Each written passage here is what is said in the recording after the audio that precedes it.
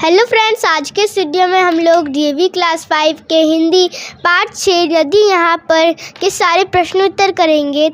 तो वीडियो को एंड तक देखिएगा और चैनल को सब्सक्राइब, वीडियो को लाइक शेयर जरूर कीजिएगा।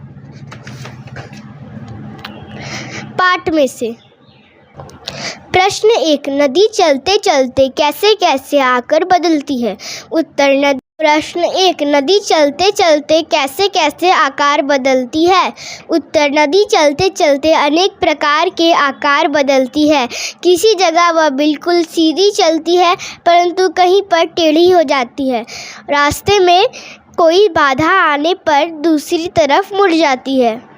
प्रश्न 2, नदी का बहाव पर्वत पर कैसे होता है और नीचे आने पर कैसा हो जाता है। उत्तर, नदी का बहाव पर्वत पर बहुत तेज जाता है।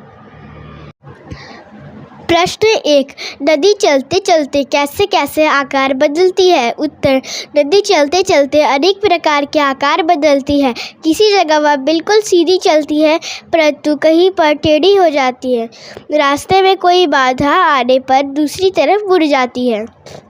प्रश्न 2, नदी का बहाव पर्वत पर कैसे होता है और नीचे आने पर कैसा हो जाता है। नदी का बहाव पर्वत पर बहुत तेज जाता है और नीचे आने पर धीमा हो जाता है।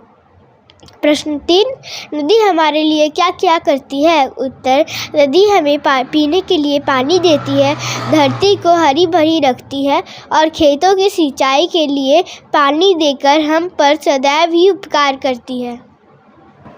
प्रश्न 4, कविता की पंक्तियाँ पूरी कीजिए। क, चलते चलते सागर को आखिर में वह पाती है। ख, सींच सींच कर खेतों को फसल बनाती है धानी। ग, खेल खेलती लुका छिपी बिल्कुल ठीक हो जाती है। घ, एक दिए से जगरमगर सदा रहेगी जलती है। 5, कविता की पंक्तियों को पढ़कर उचित उत्तर पर सही का निशान लगाइए।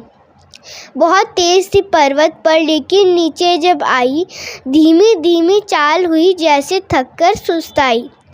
क, नदी की चाल कहाँ धीमी हो जाती है। सागर में, पर्वत पर, मैदान भाग में। तो मैदान भाग में। अगला प्रश्न ख, पर्वत पर नदी की गति तेज कैसे हो जाती है।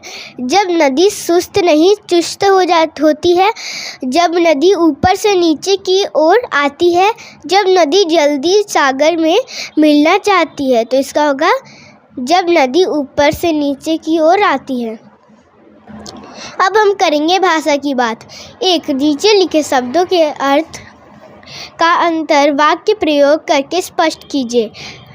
क, चाल। ख, चलती। ग, चलते चलते। तो इसमें वाक्य बनाना है, तो इसको आप खुद से कर लीजिएगा।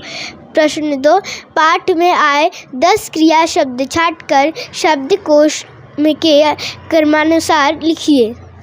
आती, उठती, चलती, छिपती, जाती, पाती, फैलाती, बनाती, मुड़ती, लाती।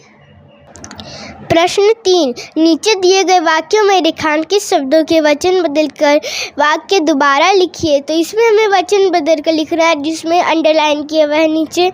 ऐसे कि खेत है तो इसका हमको वचन बदलना है, जैसे खेत को खेतों, और बाकी सेंटेंस लिख देंगे। फिर बच्चे को बच्चा।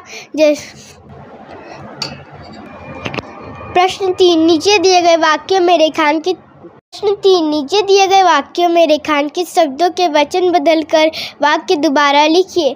तो इसमें हमें जिसमें अंडरलाइन किया गया है उसको ही वचन बदल कर लिख रहा है। जैसे खेत का हो जाएगा खेतों, तो इसका हो जाएगा मैंने अपने खेतों में पानी दिया।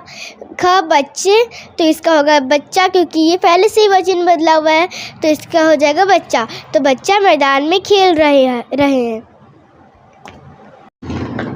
प्रश्न 3, नीचे दिए गए वाक्यों में रेखांकित शब्दों के वचन बदलकर वाक्य दोबारा लिखिए। क मैंने अपने खेत में पानी दिया, तो इसका होगा मैंने अपने खेतों में पानी दिया। जिसमें अंडरलाइन किया हुआ है उसी में वचन बदलना है। ख बच्चे मैदान में खेल रहे हैं, तो बच्चा मैदान में खेल रहा है। नेक्स्ट, नदी सबको पानी देती है, तो इसका होगा नदियाँ सबका पानी देती है। घ सागर में लहरें उठ रही थी, तो इसका होगा सागर में लहर उठ रही थी। र मैंने दीपावली पर दिया खरीदा, तो इसका होगा मैंने दीपावली पर दिए खरीदे। च रीमा ने फूल उठाया, तो इसका होगा रीमा ने फूल उठाए। अब हम करेंगे जीवन मूल्य। लहर उठाती जाती है लेकिन थकती कहीं नहीं, चाहे जितना पानी लो मन में बुरा न लाती है।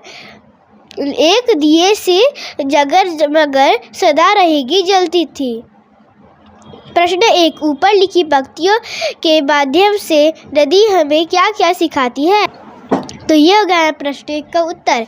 ऊपर लिखी पंक्तियों के माध्यम से नदी हमें परोपकार करना सिखाती है और कभी भी किसी दूसरे के प्रति अपने मन में बुरा ख्याल न लाने की बात कहती है।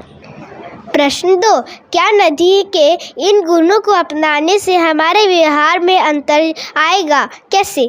उत्तर, हाँ, नदी में के इन गुणों को अपनाने के सकारात्मक अंतर आएगा।